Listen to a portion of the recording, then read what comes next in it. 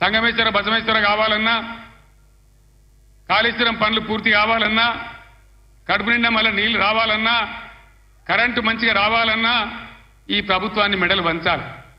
నేను ఇంకో మాట కూడా మీకు చెప్తా ఉన్నా. వాస్తవంగా వాళ్ళు గెలిచినరు, మాకేం ఓర్వలేనితనం లేదు. వాళ్ళు కూడా ఉండాలి, 5 ఏళ్ళు పనిచేయాలి. అప్పుడే నల్లదేందో తెల్లదేందో తెలుస్తుంది.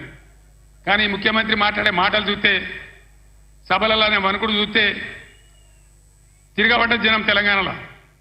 సర్వే రిపోర్ట్లు వస్తున్నాయి, కాంగ్రెస్కు 2 సీట్ల కన్నా ఎక్కువ రావు అని. అంతటా అన్ని జిల్లాలలో కూడా రైతాంగం తిరగబడతా ఉంది. అందుకే ముఖ్యమంత్రి నిన్న నారాయణపేట సభలో ఆయన భయం, ఆయన కంపం చూస్తే ఈ గవర్నమెంట్ ఏడాది కూడా ఉంటట్లేదని మనం చేస్తా ఉన్నా. ఎవడు ఎప్పుడు పోయి బీజేపీలో కలుస్తాడో, ముఖ్యమంత్రి జంపు కొడతాడో, ఏమవుతుందో. ముఖ్యమంత్రి ఈడో మాట మాట్లాడతాడు, ఢిల్లీకి పోయి బీజేపీ కోటేమని టీవీలో చెప్తాడు.